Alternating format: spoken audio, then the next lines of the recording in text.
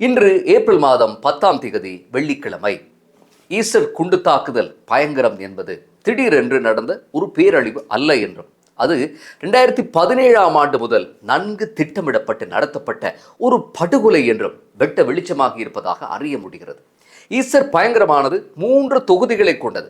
பயங்கரவாதி சஹ்ரானும் கூடாரமும் வெடித்து சிதறியதுதான் நமக்கெல்லாம் தெரியும். அதாவது 2ஆம் பகுதி பற்றித்தான் நாம் அறிந்து வைத்திருக்கிறோம். இதன் 1ஆம் பகுதி திட்டமிடுதலுடன் சம்பந்தப்பட்டது. 3வது பகுதி சாட்சிகளை மறைத்தலுடன் சம்பந்தப்பட்டது என்கிறார் அமைச்சர் பிமல் ரத்நாயக்க. நேற்று பாராளுமன்றத்தில் ஐக்கிய மக்கள் சக்தியின் பாராளுமன்ற உறுப்பினர் முஜிபுர் ரஹ்மானின் உரை அத்தனை நெகிழ்ச்சியானதாக இருந்தது. ஈஸ்டர் தாக்குதலால் எந்த அளவுக்கு கிறிஸ்தவ சமூகம் பாதிக்கப்பட்டதோ அதே அளவுக்கு முஸ்லிம் சமூகமும் பாதிப்புக்குள்ளானது. நேற்று முஜிபுர் ரஹ்மானினுடைய உரை ஈஸ்டர் குண்டுவெடிப்பின் பின்னர் பெரும்பான்மை சமூகத்தால் புறக்கணிக்கப்பட்டு இலங்கை காவல்துறையால் நெருக்குவாரங்களுக்கு உள்ளான அத்தனை முஸ்லிம்களுக்கும் சமர்ப்பணமாக அமைந்தது. முஜிபுர் ரஹ்மான் தான் ஈஸ்டர் குண்டு தாக்குதலினுடைய மகா மூளை என்று சொல்லியிருந்தார். வாழ்நாள் முழுவதும் இனவாதத்தை கக்கி பிழைப்பு நடத்தி கொண்டிருக்கும் முன்னாள் அமைச்சர் சரத் வீரசேகர இதற்கு பட்டு காட்டமாக ஊடக சந்திப்பு ஒன்றிலே பதிலளித்திருந்தார் முஜிபுர் ரஹ்மான். அது பாராளுமன்றத்திலும் எதிரொலித்தது. சஹ்ரான் குண்டு வைத்துக் கொண்டு செத்து போனது எல்லோருக்கும் தெரிந்த சங்கதி. ஆனால் சஹ்ரானை இயக்கியவர்கள் இருந்தார்கள் என்று நான் மட்டும் சொல்லவில்லை. பலர் ஏற்கனவே சொல்லிவிட்டார்கள். பாராளுமன்றத்திலும் பாராளுமன்றத்துக்கு வெளியிலும் பேசியிருக்கிறார்கள். இங்கே நான் முஸ்லிமாக அப்படி பேசுவதால் தான் என்னை சஹ்ரானுடன் இவர்கள் கோர்க்கிறார்கள். நான் முஸ்லிம் என்பதால் இவர்களுக்கு பயங்கரவாத பட்டம் கொடுப்பது இலகுவாகிவிட்டது என்று முஜிபுர் ரஹ்மான் சொன்ன கருத்து ஆழமாக நோக்கப்பட வேண்டிய ஒன்று. அதாவது கிறிஸ்தவ சமூகம் நீதி வேண்டி போராடும் போது கார்தினல் மற்றும் இதர பாதிரியார்களுக்கு எதிராக துவேஷம் கக்கப்படுவது போன்றே முஸ்லிம் சமூகத்தில் முஜிபுர் ரஹ்மான் போன்ற ஒருவரோ அல்லது சமூகத்தில் நன்கு அறியப்பட்ட ஒரு பிரபலமோ கருத்து சொல்லும் போது அவர்களுக்கு எதிராக சேறு அள்ளி வீசப்படுவது ஒன்றும் அதிசயமான விஷயம் அல்ல. இலங்கையில் கொலைக்காரர்களை பாதுகாக்கும் அஜெண்டாக்களில் இருப்பவர்கள் எதை வேண்டுமானாலும் செய்வார்கள். இதையே சிங்கள ஊடகவியலாளர்கள் பேசினால் இனம் மதம் நாடு பற்றி உணர்வில்லாத டாலர்களுக்கு விலை போகும் ஏஜென்ட்டுகள் என்றெல்லாம் அடித்து விடுவார்கள். அதாவது பேரினவாதத்தை கட்டிக்கொண்டு காலகாலமாக பிரித்தாளும் அரசியல் செய்யும் இந்த கோமாளிகள் தமது டேட்டா பேஸில் இப்படியான வன்ம சொற்களை வைத்திருக்கிறார்கள். தம்மை எதிர்ப்பவர்களினுடைய இனம் மதம் குலம் கோத்திரம் பார்த்து அவ்வப்போது அந்த வசை சொற்களை வீசி எறிகிறார்கள். இதே சரத் வீரசேகர தான் கோட்டாபய காலத்தில் அமைச்சராக இருந்தபோது நௌஃபர் மௌலவிதான் இந்த ஈஸ்டர் பயங்கரத்தினுடைய மகா மூளை என்று சொன்னார். இதேவேளை கம்மன் பில அவரது புத்தகத்திலே அப்படி எதுவும் இல்லை, செத்துப்போன சஹ்ரான் தான் இந்த படுகொலைகளின் சூத்திரதாரி என்கிறார். கம்மன் பிலவின் பாடாவதி புத்தக வெளியீட்டை கடுமையாக விமர்சித்த ஒரே ஒரு காரணத்துக்காக இன்று முஜிபுர் ரஹ்மானை நோக்கி பேரினவாதம் மகா மூளை என்று அபாண்டம் சுமத்தி கொண்டிருக்கிறது. முஜிபுர் ரஹ்மான் தனது உரையில் நாம் அடி வாங்கிய மக்கள், நாங்கள் பாதிக்கப்பட்டிருக்கிறோம், எங்கள் பிள்ளைகளுக்கு அப்போது நாட்டில் ஏற்பட்ட அசாதாரண சூழ்நிலைகளால் பாடசாலைக்கு செல்ல முடியாமல் போனது, நான் என் பிள்ளையின் பாடசாலையை கூட மாற்றினேன், இம்மோடு அப்போது பாராளுமன்ற கேன்டீனில் ஒன்றாக உட்கார்ந்து சாப்பிடக்கூட ஒருவரும் முன்வரவில்லை, பெண்களுக்கு தங்களுடைய ஆடைகளுடன் பாதையில் இறங்கி செல்ல முடியாமல் போனது, அப்படி ஒரு பயங்கர காலமாக அது இருந்தது, நாங்கள் துன்பப்பட்டவர்கள், அதனால் தான் நீதி வேண்டி நிற்கிறோம் என்று உணர்வு பூர்வமாக ஒரு கட்டத்திலே பேசிக்கொண்டு போனார். முஜிபுர் ரஹ்மான் அப்போது ஆளும் கட்சியினுடைய பாராளுமன்ற உறுப்பினராக இருந்தவர். உங்களுக்கு தெரியும், ஈஸ்டர் குண்டு தாக்குதல் நடந்த போது ரணில் மைத்ரிபால சிறிசேன ஆட்சி நடந்து கொண்டிருந்தது. 20க்கும் மேற்பட்ட முஸ்லிம் பாராளுமன்ற உறுப்பினர்கள் அரசுடன் தான் ஒட்டி கொண்டிருந்தார்கள். ஆனால் அத்தனை பேரும் பூதம் போல எழுந்து விழுங்க பார்த்த இனவாதத்தை கண்டு சப்த நாடியும் ஒடுங்கி போயிருந்தார்கள். முஜிபுர் ரஹ்மான் என்ற ஆளும் கட்சி பாராளுமன்ற உறுப்பினரை இப்படியெல்லாம் முகம் கொடுத்திருக்கிறார் என்றால் சாமானிய மக்கள் இப்படியெல்லாம் அந்த துயரை அனுபவித்திருப்பார்கள். கற்பனை செய்யவே மிகவும் கஷ்டமாக இருக்கிறது. டாக்டர் ஷாஃபிக்கு நடந்தது நமக்கெல்லாம் தெரியும். ஆயிரக்கணக்கான சிங்கள பெண்களின் பலோப்பியன் குழாய்களை பிடித்து ஒடித்து மலடாக்கினார் என்று ஒரு போலி பிரச்சாரம் இதே கம்மன் பில வீரவன்ச குழுமத்தால் அன்று அரங்கேற்றப்பட்டது. டாக்டர் ஷாஃபியும் அவருடைய பிள்ளைகளின் பாடசாலைகளை மாற்றினார். செய்யாத குற்றத்துக்காக மாத கணக்கில் சிறையும் சென்றார். ஒரு பயங்கரவாத டாக்டர் என்று முத்திரை குத்தப்பட்டார். ஆனால் காலம் மிக விரைவில் ஷாஃபியை விடுவித்தது. சிங்கள மீடியத்தில் படித்துக் கொண்டிருந்த அவருடைய மகள் தமிழ் மீடியத்தில் கல்வியை தொடர வேண்டிய ஒரு துர்பாக்கிய நிலை ஏற்பட்டது. அதில் விசேடமாக சித்தி பெற்று அசத்தினார் அவர். ஷாஃபி மீது சுமத்தப்பட்ட குற்றச்சாட்டுகள் எல்லாம் ஆதாரமற்ற கட்டு கதைகள் என்றது நீதிமன்றம். நஷ்டஈடும் பெற்றார். ஆனால் டாக்டர் ஷாஃபி போல, முஜிபுர் ரஹ்மான் போல நெஞ்சுரத்துடன் போராட முடியாத அபலைகள் இதுதான் எமது விதி என்று ஒடுங்கி போனார்கள். அதி உயர் பாதுகாப்பு வலயங்களில் பணிபுரிந்த பல முஸ்லிம் அதிகாரிகள் கண்காணிப்பு வலயத்துக்குள் வந்தார்கள். சந்தேகத்துடனே நோக்கப்பட்டார்கள்.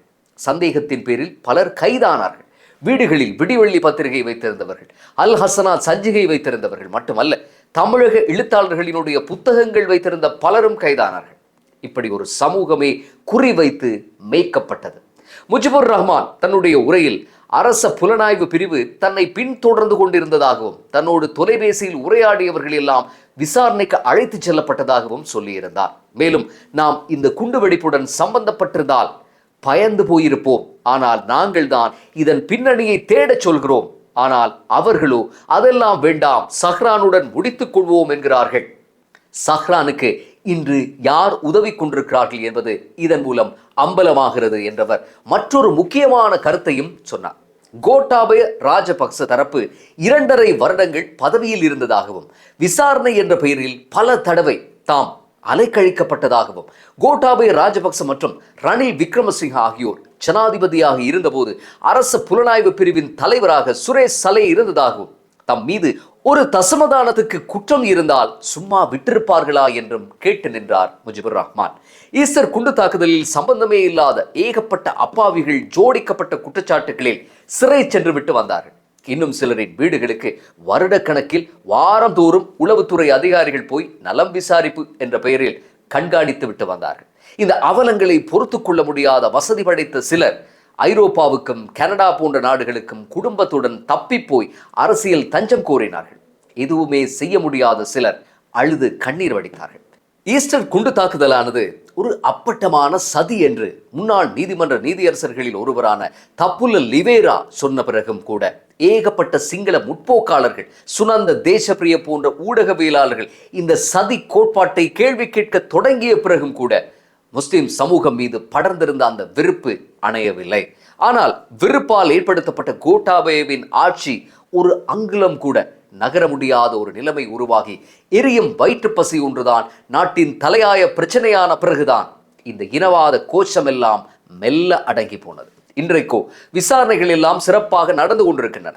2018 ஆண்டு நவம்பர் மாதம் 30 வவுனதீவு போலீசாரின் கொலை, 2018 டிசம்பர் 22, 23 மாவனல்ல புத்தர் சிலை உடைப்பு, 2019 ஆண்டு ஜனவரி மாதம் 16 வனாத்த வில்லுவில் வெடிபொருட்களுடன் 4 பேர் கைதான சம்பவம், 2019 ஆண்டு மார்ச் 30 மாவனல்லையில் தஸ்லீம் என்பவர் மீது மேற்கொள்ளப்பட்ட துப்பாக்கிச் சூடு, 2019 ஆண்டு ஏப்ரல் 16 பாலமுறையில் மோட்டார் சைக்கிள் ஒன்றில் வெடித்து சிதறிய சம்பவம் எல்லாமே ஈஸ்டர் தாக்குதலுடன் பின்னி பிணைந்த இணைப்புகள் என்றும் இதன் கடைசி அத்தியாயமாகத்தான் 2019 ஏப்ரல் 21 270 பேருக்கு மேல் பலியான ஈஸ்டர் குண்டு தாக்குதல் நடந்ததாகவும் பாராளுமன்றத்தில் சொன்னார் பொதுமக்கள் பாதுகாப்பு மற்றும் பாராளுமன்ற விவகார அமைச்சர் ஆனந்த விஜயபால.